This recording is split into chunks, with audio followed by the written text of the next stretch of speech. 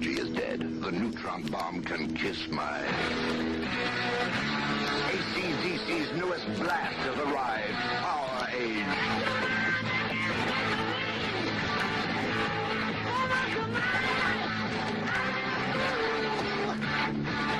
Powerage, the ultimate AC/DC album.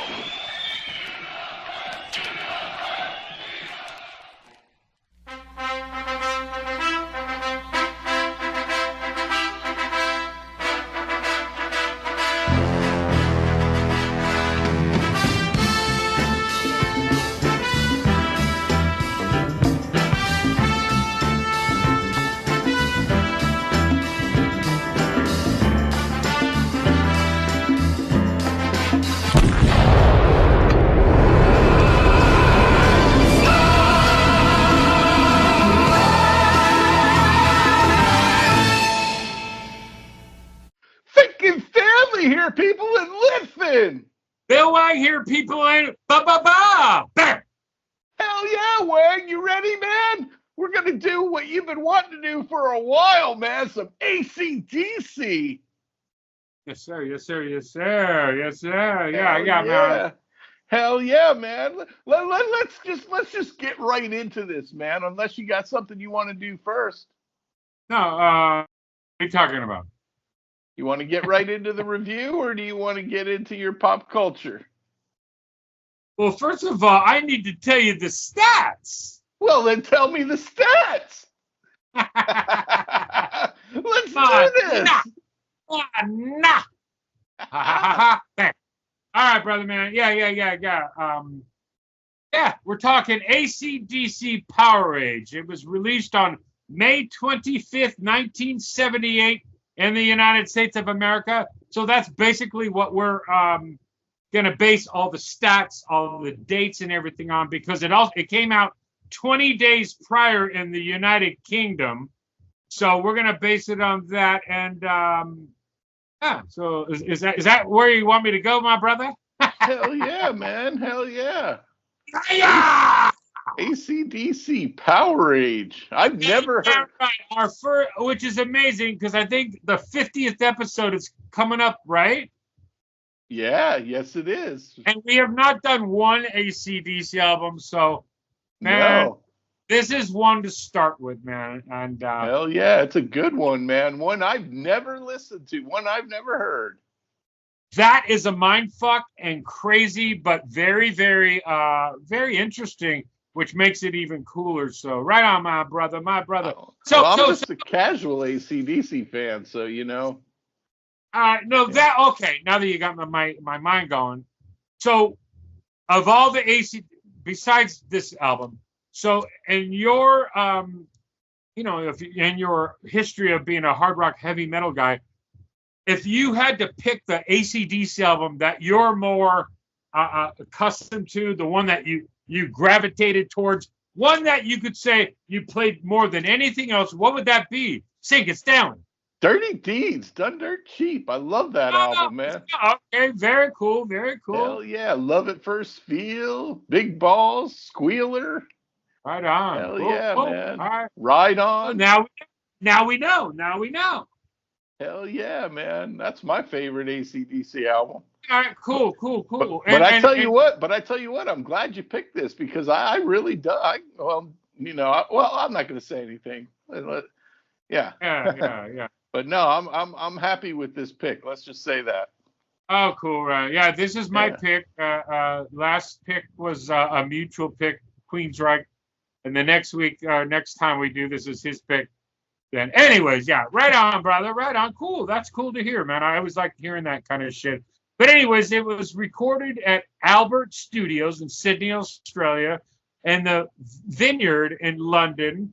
The label was Albert, obviously, and Atlantic, produced by Harry Vanda and George Young.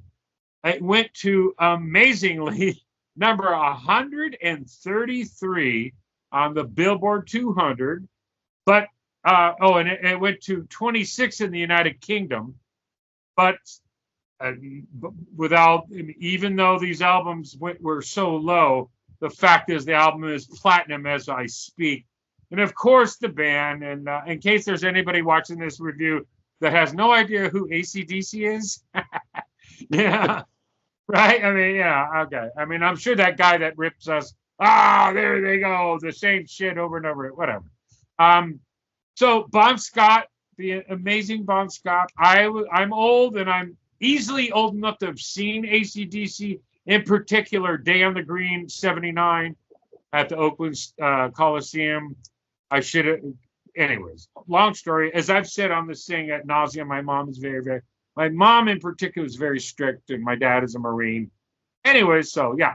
So, all right, man, Bon Scott vocal, Angus Young, which I believe is his birthday, the day we record this, if I'm not mistaken, Syncin Stanley.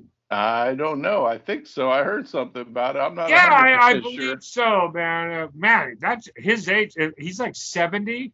That motherfucker was like a baby when he was doing that early shit. But hell yeah, yeah, he was.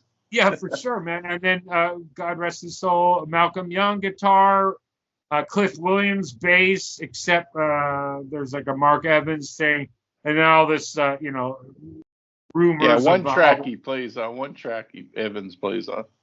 Right. And I don't even think it's a song on this run. It's the European release, right? I think you are correct. Oh, I am correct, sir. Right on. I think so. I think it's so. Yeah. And of course, the amazing Phil Rudd on drums. So yeah, that's the musical component of our little fun little podcast here. But now we get into the good shit. Syncin Stanley. Can you hear me, Syncin Stanley? Yes, I can. All right, making sure the connection is for, you know what I'm saying? We're fine, man. All right, my brother. Let's get into some pop culture. What year was this again? 78? This was exactly, all these dates and everything are May 25th, 1978, the year of our Lord. All right, let's do this, man. Hit me. So basically, Memorial Day weekend era of 1978. Okay. So awesome. All right. Awesome. Yeah, what do we got? Yeah, this is where you need to step up and get this shit. Okay. My God, I hope so, man. You better, motherfucker. All right. What was the number one movie on May 25th, 1978, the year of our Lord? Hey. 78. How about Saturday Night Fever? Syncin Stanley, come on. That was 77, wasn't it? How about Jaws? Yeah. Come on. Yeah. Anyways, as everybody knows, we have a malfunction. Syncin Stanley here. sucks with dates, everybody. Yeah, Syncin Stanley is obviously acting like he's on 5 bars of ketamine. And anyways, when it's actually no, but here's the deal. Remember, you guys hear in the behind the scenes, Syncin Stanley, he's nipping that warm milk. That warm milk, baby boy. Bam! Hell yeah. All right. No. The movie was, I'll tell you, this is a common occurrence in the 70s. The incomparable, awesome Burt Reynolds and Sally Field and a cast of characters. The movie was called The End. The End. Bam. What? Yeah, look it up, dude. Look it up. I never even heard of it, man. Yeah, neither have I until I did extensive research. I thought you were going to say Smokey and the Bandit. Damn. Right. Oh, right. Fuck, man. All right, moving on. Let's move on from the silver screen and let's go to our bedrooms back in 1978, the family room with all the, anyway. So what do you think the number one TV show was on May 25th, 1978, the year of our Lord? Syncin Stanley, bam. Little House on the Prairie. No, Happy Days, bam. Oh man, I was close. That was close. All right. Yeah. Let's see if you get this. What's the number one album on May 25th, 1978, the year of our Lord? Ace Frehley's solo album. Syncin Stanley, come on. That's September, what was that, September 18th? Hey, man, I'm going with the year, man. You want me to break it down by month? Come on, man. Don't make this difficult for me. It's already difficult enough. And I respect the honesty, but this is a very, very professional podcast. If I'm going to talk, hear me. Bert McGovern, my dad's attorney, God rest his soul. He used to always say, hear me. And anyways, so here's the deal. I'm going to talk about facts, and I want everybody to know exactly what was going down on May 25th, 1978, when this record was released. So I'm not cheating. No hanging chads, no fake news, none of that bullshit. So anyways, the #1 movie in the United States of America. Wait, I thought you said #1 album. No. Yeah, #1 movie was the end. All right. A little bit too much the bong hit. So, all right. #1 album, Saturday Night Fever soundtrack. Bam! Oh, man. See, now I said that earlier for the movie. I know. You're fucking with me, man. You're mind fucking me, bro. It's working. It is working, man. Saturday Night Fever. Hell yeah, I love that album. We got to review that album.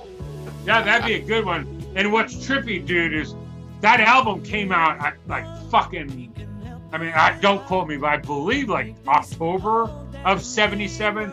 So we're talking about May of 77. Yeah. That's amazing, but that's a great soundtrack. And I would definitely be up for doing that, brother, man. Hell yeah. All right. Let's get to the #1 song. And coincidentally, people, it was put out by my first authentic #1 rock band. We are talking a year before Kiss. So this was my very first rock band. Yes, my dad kind of guided me and whatever, but anyways, go ahead. What? Rolling Stones, Miss You. No. Syncin Stanley, cut it. All right. Oh, man. No. My first. Yeah. First of all, my first favorite band was Paul McCartney and the Wings. Oh wow. Oh yeah, that was 76. Band on the Run? No. And Syncin Stanley, cut it. So. All right. So before fucking Syncin Stanley sings the podcast. All right. So the song. But yeah, this Paul McCartney and the Wings. I love them. But the #1 song in the United States of America, May 25th, 1978, the year of our Lord. Paul McCartney and Wings. The song is called "With a Little Luck." Oh, cool. That's a great pop song. I would have got there eventually. Yeah, eventually. Syncin Stanley, you ain't nothing but dirty tricks. All right, so there you go, brother man. Bam. Oh, hell yeah, man. Hey, well, let's get into something I do know something about, this album, man. All right. Let's get into this. You ready? I'm ready, brother. All right, man. Track 1, Rock and Roll Damnation. Oh, man, dude, this is a cool rockin' tune. Definitely not reinventing the wheel. I mean, it's typical AC/DC, but goddamn, man, this song got stuck in my head, man. I freaking loved it, man. Rock and Roll Damnation. They got a cool little live video for it too, man. Yeah, what do you think? What do you think of Rock and Roll Damnation, Wang? Yeah, I mean those videos as the years keep marching on, they keep popping up. But that one's been around a while. That is so sick as fuck. Yeah. It is. Oh, I think it's definitive. I think it's prior to, a little tidbit of fame. They're still dirty. They're still hungry and everything. And then the song title just says it all: Rock and Roll Damnation. Basically, a celebration of the power and rebellious spirit of rock music generally, while acknowledging its potential for excess and self-destruction. And if anybody really knows the situation with Bon Scott, enough said. So he epitomizes rock and roll damnation. Yeah, and on the live album that came out a few months later, If You Want Blood, holy shit, it's like 10 times more combustible, more like fucking crazy heavy. Oh, But, wow. Hell but yeah. yeah, on the real, brother, man. That whole album is sick as fuck. I think I've listened to that album. Yeah, I believe that. Not that I believe. Well, I haven't. Oh, I did. I got rid of it. It comes out later in this year.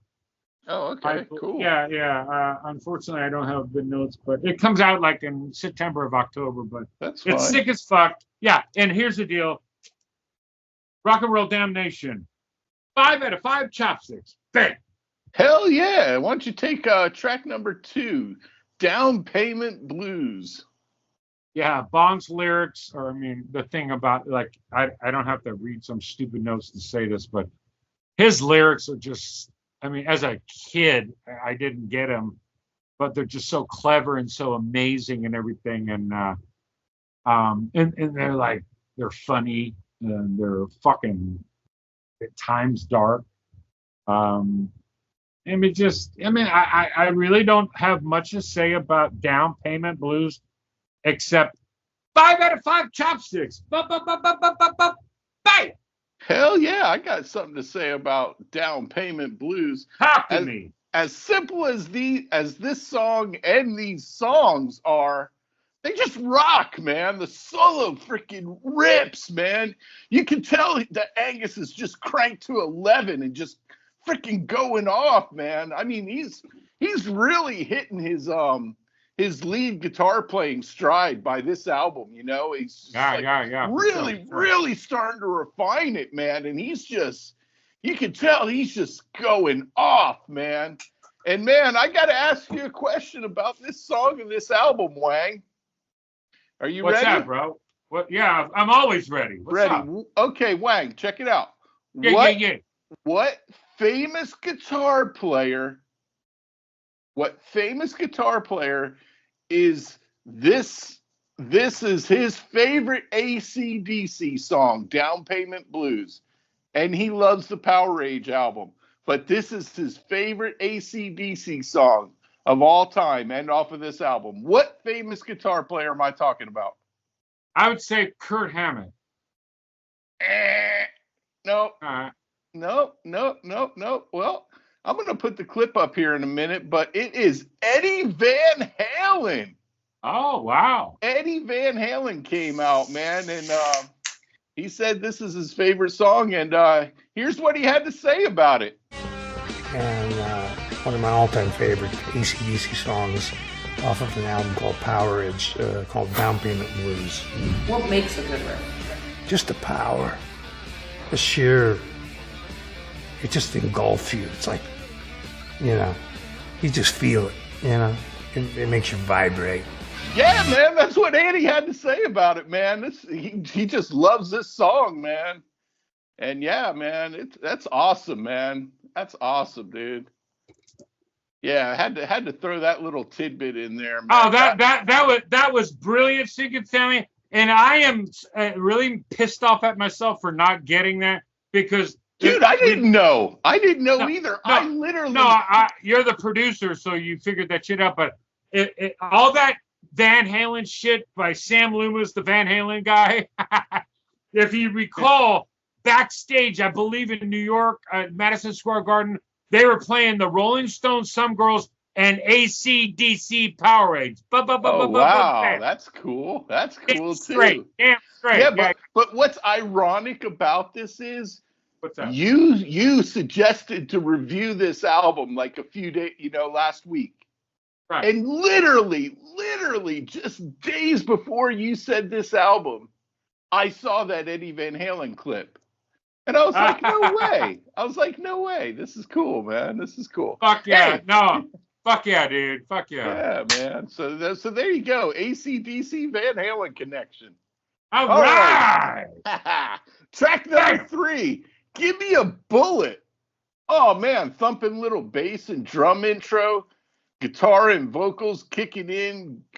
It gives it another typical AC/DC song, but who cares, man? They didn't reinvent the wheel on this album. They didn't have any big hits, but this album freaking rocks, man. it just rocks, man. What do you think of Give Me a Bullet, Wang? I think Bon Scott was the most amazing lyricist. So fucking badass. I mean, and this song, I mean, just so. I think he at the time, it was so. Whether people nowadays AC/DC's mainstream and everything, but trust me, in 1978 there were not very few 30-year-old people were rocking the AC/DC Powerage.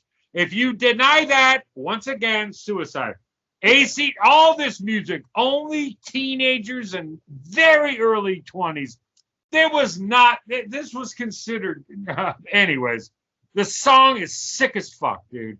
I love this shit. And I mean, what is it about? And with smart bands, with smart lyrics, I like to dissect the lyrical content. Obviously, you know, I'm not going to dissect a fucking Kiss song or a Motley Crue song or whatever, but this motherfucker was so fucking badass, and it took me as an adult to get it. But I mean, what's the song about? I mean, the fucking lines are just literally talking about biting on a bullet and everything. But I mean, if you want to give a basic observation, what my interpretation of the song's about, it's about a man struggling with the calculated cruelty of a recent breakup. Bam. Wow. 5 out of 5 chopsticks.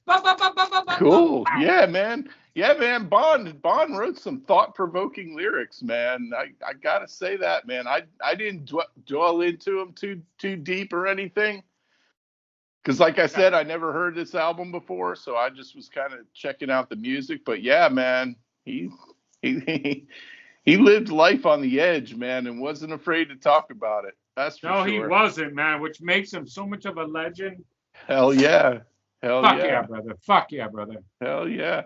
Track number 4, Riff Raff. Why don't you go ahead and take Riff Raff, Wang? Yeah, man, Riff Raff. I mean, there's really not much to say about it other than it's sick as fucking fuck.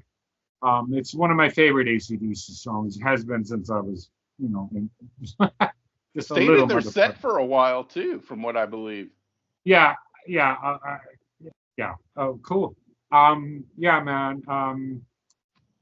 I mean, it's so trippy. The lyrics are just so simple and everything, but how do we know what they were really talking about? But my interpretation, a layman's term of my interpretation, it's about the band's struggles and hardships they faced while touring and playing that kind of music. And people always trying to fucking shiest them and fuck them over and everything. And again, not to keep repeating myself, again, I love this album.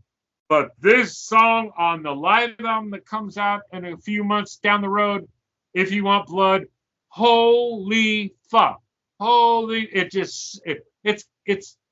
It's not as extreme as the first 3 Kiss albums, and then Alive makes them like 10 billion. This is still close enough, but no way, Jose, man. That live album makes Riff Raff just so much heavier and everything. But our focus is on this, and it's sick as fuck. I love it. 5 out of 5 chopsticks. Bang. Hell yeah, man. Riff Raff, man. I wrote a guitar chord cacophony of an intro, man. He's just playing those chords, just building it up to a cool up-tempo riff. Angus is just, again, just letting it rip on this solo, man. I mean, holy cow. I mean, I just can't say enough about his lead playing, man. I mean, holy shit. This album... Coming from a guitar player, right on. Syncin, Stanley, blah, blah, blah, blah, blah, blah. I was very blown away by listening to this, because what album came before this? Let There Be Rock. Let There Be Rock. Okay, that was rocking. I remember some of the tunes before that. And before that was Dirty Deeds Done Dirt Cheap, right? Well, no. No? What was before Let There Be Rock? No. But Yeah, in Australia, but in America, as you and me talked the other night. It doesn't matter. It doesn't matter. What album was it? Oh, It was shit. Dirty Deeds, then Let There Be Rock, and then Powerage, right? Yeah, technically, yes. Yeah. So anyway, what I'm getting at is his guitar Yeah, playing. what the fuck are you getting at anyways? How Come on. much his guitar playing matured from freaking the infancy of like the first albums up to Dirty Deeds. Because I mean, he was not playing this technical and this precise, man. He was just on this album, man. He's unloading, man. It's fucking awesome, dude. Well, first of all, as I've said, you're the guitar player, so fucking right on, brother. I mean, yeah, man. I mean, and on top of that, you're the guitar player, and you just admitted to the world, all the millions of people watching our podcast, that you never heard. No, hold on. That you never heard this record in full up until the research to this out. You know, that's pretty admirable and everything that you would say that. So all respect, brother. All respect. Hell yeah. And I could just hear the progression in his playing from the albums that I'm used to prior to this album. And it's just, it's just insane, man. I mean, he just fucking letting it rip, man. It's awesome. Yeah, hell yeah, brother. Hell yeah. All right, man. Track 5, Sin City, man. Another cool rockin' tune. No U.S. singles were released, but if they were, I would think that this would have been the best candidate in my opinion. You know, tells of the allure of dangers of a metaphorical city of sin, not necessarily Las Vegas and all its trappings, you know, yada yada yada. But man, killer song, man, killer rocking song, man. What do you think of Sin City, Wang? Well, first of all, I want to bow down when you come to our town. You just used a 50-cent word. What did you just say? A metaphorical way? Yeah, metaphorical city. That was amazing, man. Hell yeah, man. Because they're not talking about Vegas. They're just talking about any old metaphorical city that they're in. They're going to turn it into Sin City. You know, it's like, yeah, man. Nigga, I'm playing. I'm not being serious. You were the man, my brother. Hey, man, I'm taking this shit serious. I'm taking this shit serious. Hey, freaking AC/DC, man. They deserve to be taken serious. And I respect the official respect that you're giving it and giving this a professional podcast of ours. But when I heard metaphorically speaking or whatever, the alarm bells went off. I'm all, holy shit. I mean, it was like, you might as well have said gymnasium. Yeah, man. Yeah, you never know. Yeah! No, but you're spot on, bro. Spot on. And not to keep repeating myself, it's cool talking to you doing this podcast. You never heard this fucking album before. You heard, like, I believe, like 2 or 3 songs. Yeah, and it wasn't right. So that's cool. That's cool. I might have spun this album once on YouTube while I was driving around, but I, just right on, brother. Right on. But I wasn't giving it, a listen to like where I was going to dissect it or anything. So right. No. Right on, brother. Right on. Bam. So my take on Sin City, is, I believe that it was written about, and dare, I'm going to say something different. If the obvious pick is what you just said, Las Vegas, not me. I think this basically had a genesis and a real life experience of Bon Scott in Sun City, South Africa. Africa. I mean,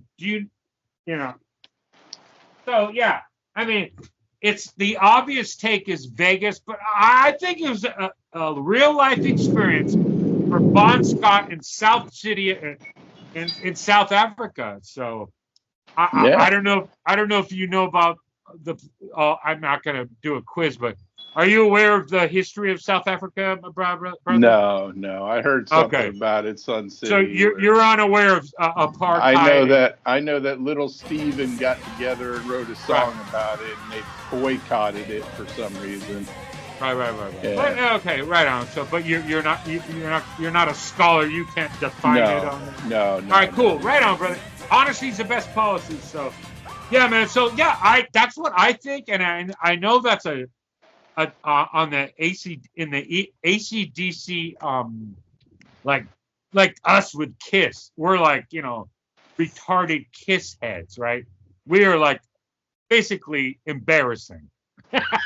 I mean, let's be honest, man. Hell We yeah. love it. It is what it is. So ACDC fans, they listen when I say that, like even way more hardcore ACDC fans than me. And when I say, sounds like talking about something, it's like, wow, interesting. So yeah, so there you go, man. 5 out of 5 chopsticks. Bet.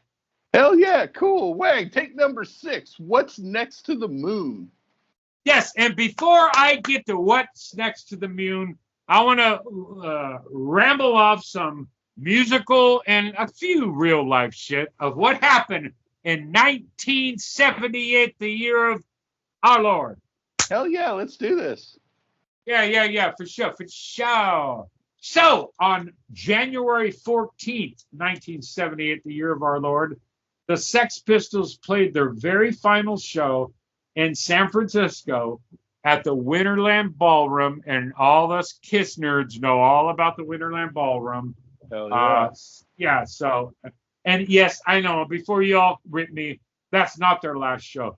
But it really is. I mean, the reunion shit in 96, I'm sorry. That don't count. No. Yeah. I mean, it was cool. I wish I was there. But it was the same night Kiss was at the Shoreline, at the San Jose Arena. Anyway, so. All right, so then on January 30th, Journey released the Infinity album. Ah, cool. Yeah, and then on February 4th, the Bee Gees song, "Staying Alive," hit #1 on the Billboard 100. Hell yeah. Yeah, and then on February 10th, the year 1978, the year of our Lord, Van Halen's debut album was released. And coincidentally, Judas Priest's Stained Glass Class came out.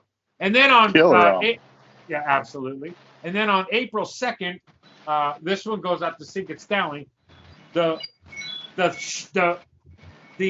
television program that basically started everything as far as primetime soap operas, Syncin Stanley's favorite, Dallas, makes its debut. Oh, God. CBS, Syncin Stanley. All right. And then on June 6th, 1978, the Amazing Cars debut album was released. Oh, cool. And then on June 9th, Rolling Stones, Some Girls. August 15th, Boston's second album, Don't Look Back. August 21st, The Who Are You, comes out. And then about 3 weeks later, The Who's Keith Moon is found dead at 32, dead. And then on September 18th, 1978, the Kiss solo albums are released. Hell yeah. And then a few more here. And then on September 29th, 1978, Black Sabbath releases Never Say Die. Never Say Die. And then a little twist here. On October 14th, 1978, U.S. President Jimmy Carter signs a bill allowing the United States citizens to make beer in their home and allowed home brewing, and for the most part, basically was the torch that lit the fire of the home brewing craft beer that followed. If it was not for Jimmy Carter, what he did, that's a fact. And then two more. On October 24th, Rolling Stones Keith Richards pleads guilty to heroin conviction. And then on November 17th, the Police debut album released. An amazing album, November 17th. Orlando's DeBoer. There you go, Syncin Stanley. It sounds like it's raining there. Yes, it is. I can hear it. And it just stopped. There you go. All right, man. So, what do you think of What's Next to the Moon, Wang? All right, brother. It's getting me refocused. Well, hold on. Before I get to that, what'd you think about all that shit? What'd you think about 1978, dude? Awesome year, man. Awesome year. Anything yeah. that... Except for that Dallas bullshit. Fuck Dallas. All right. What's Next to the Moon? Lyrics are a massive trip. I don't know, man. It sounds to me like Bond's lover didn't satisfy him, so he killed her.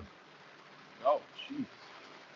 I mean, I could talk about the fall of the Roman Empire and Nietzschean overtones, but I won't. 5 out of 5 chopsticks. Hey. Hell yeah. What's Next to the Moon? For me, it sounds just like another stock AC/DC song. While this album rocks hard, it's no Highway to Hell or Back in Black, unfortunately. You can't hit the bullseye every time, but this is still a great AC/DC album and a great song. So there you go. Oh, there you go. All right. Hell so yeah. we're gonna... Track number 7, God Shooting. Cool, repetitive guitar riff. That guitar riff though was used at nauseum, man. God Shooting, man. Yeah, cool tune, but man, it's just so repetitive. Wang, what do you think of God Shooting? And I mean this with all sincerity, brother man, but these songs are just, I mean, the Bon Scott aspect of the lyrical content and everything. I understand the riffage and the simplistic sort of thing, and I understand that this is the first time you heard it, but, diving into these songs and the way the man wrote his lyrics and everything, it's like, it makes the simplistic riffage just 10 times, it's just so fucking badass, dude. But I respect. Yeah, I mean, I hear you. I mean, tell me, preach. Tell me. Yeah, well, no, it isn't like I'm going to get on my soapbox and everything, but it just, it's simplistic, sort of. But anyway, this song in particular, man, obviously at first you would say, oh, it's about shooting up heroin. Yeah, for me it is. And it's also about Bon Scott talking about having a junkie ass fucking girlfriend. And it's so good. It's so good. And that's a very simplistic way of describing this song. But, come on. It is what it is.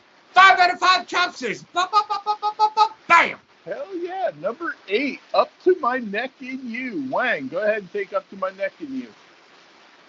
Yeah, well, I've been up to my neck in trouble, up to my neck in strife, up to my neck in misery.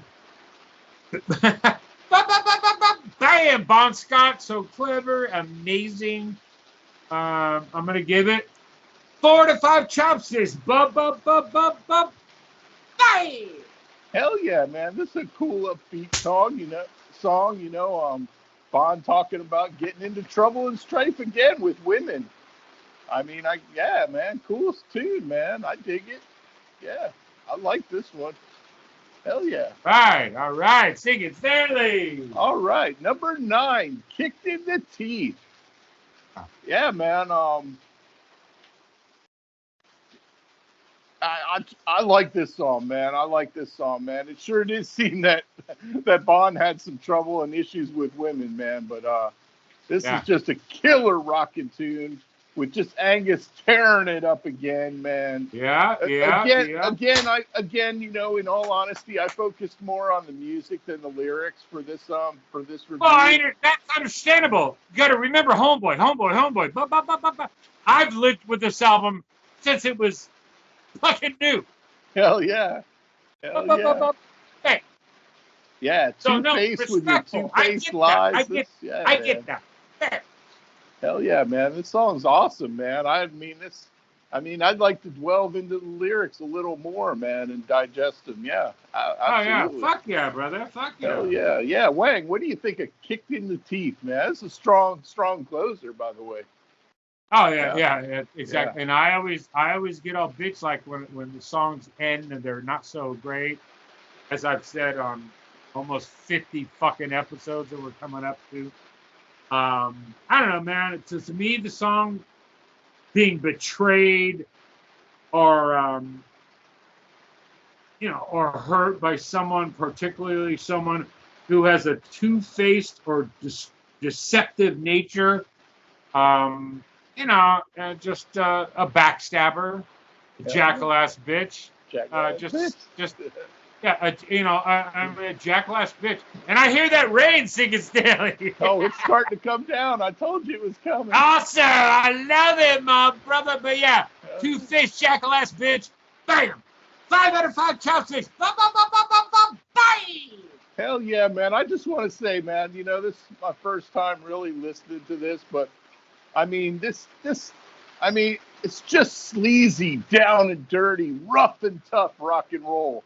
I can just picture them playing any hole-in-the-wall bar, whether it be a local trailer park bar, a biker bar, roadside bar in the middle of nowhere with a local glory hole.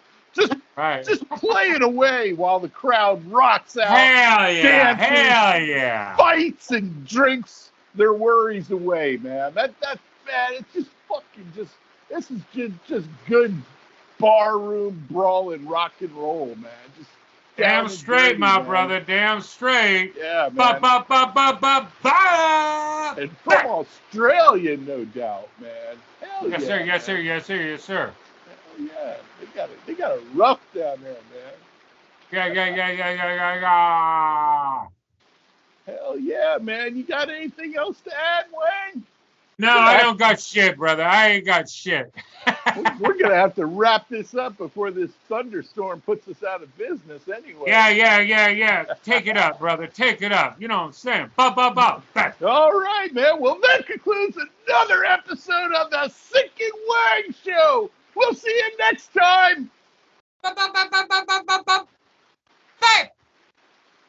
This has been a Think Army production. Bam!